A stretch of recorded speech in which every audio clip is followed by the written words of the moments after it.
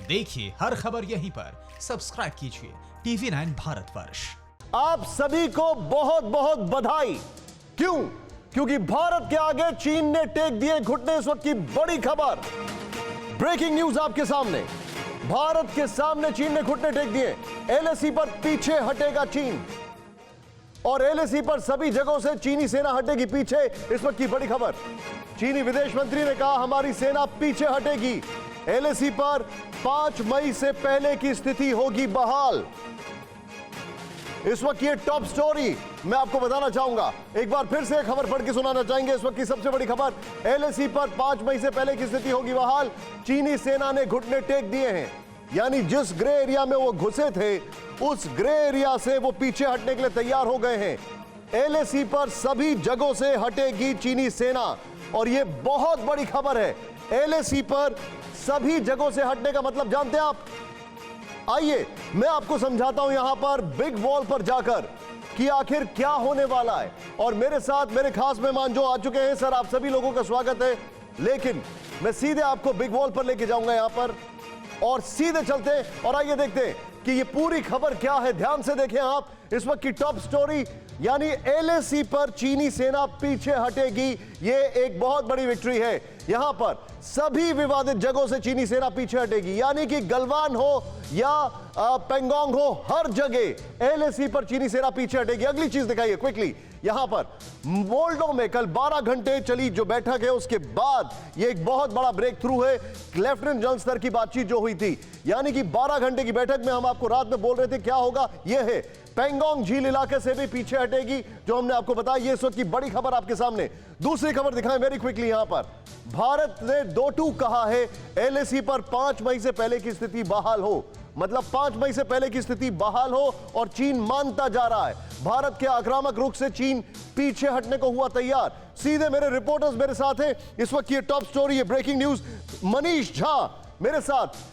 Fantastic, superb खबर, बताइए क्या हुआ, ये कैसे हुआ?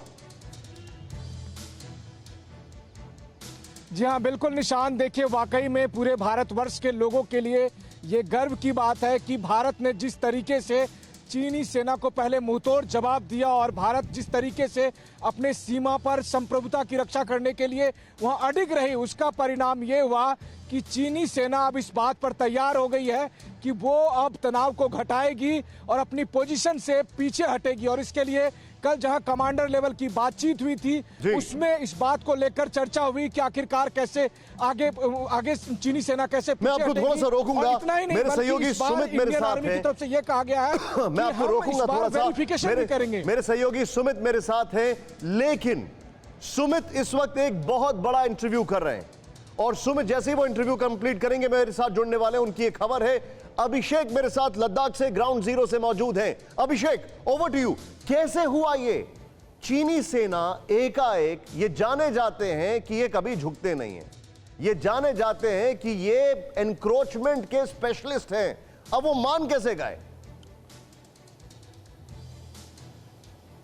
निशांत, दो बातें साथ साथ चल रही थी। पहली बात तो ये थी कि जो डिसएंगेजमेंट करने के लिए जो बातचीत, जो मोल्डो जिसका आपने जिक्र किया, और दूसरी बात ये थी जो लद्दाख जिस इलाके में मैं इस समय हूँ, यहाँ पर लगातार भारतीय सेना की जो ताकत है और जो कॉम्बैट एयर पेट्रोल है, उसका उदाहरण लगातार दिखाया जा रहा था।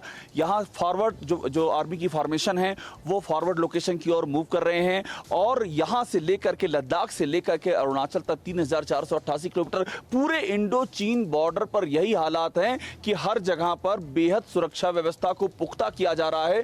अपाचे जैसे घातक जो अटैक हेलीकॉप्टर हैं, और चिनूक जो कि M777 होवित्जर को ले जाने में सक्षम है, वो सब हमको यहाँ दिखाई पड़े हैं। और ये सब चीजें बताती हैं कि चीन को इस बात का एहसास हो गया था कि भारत की तैयारियों का लेवल क्या है, और जब ये एहसास हो जाता है कि सामने वाला जो है वो किस लेवल पर जाकर के आपको रिस्पॉन्स दे सकता है, तो उसके बाद डिप्लोमेटिक तरीके से पैर खींचने पड़ते हैं, और चीन ने वही किया।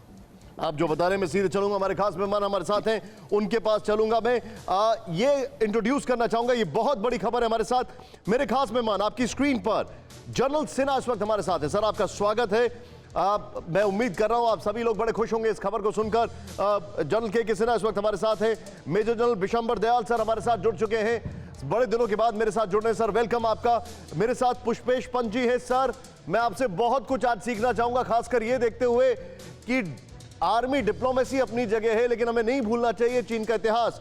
और मेरे साथ अशोक सज्जनहार जी हैं, जो कि हमें बड़े सरल तरीके से बताएंगे कि डिप्लोमेसी की विक्ट्री ये कैसे हुई है। और युक्तेश्वर कुमार जी हमारे साथ जुड़ चुके हैं, जो कि बड़े सीधे शब्दों में अपना एनालिसिस देते हैं और बता देते हैं कि चीन के अंदर क्या चल रहा है, उसके दिमाग में क्या चल रहा है। लेकिन शुरुआत ऑफ कोर्स मैं करूंगा, सर ये एक बहुत बड़ी विक्ट्री है जनरल सिन्हा, अगर मैं बात करूं आर्मी की।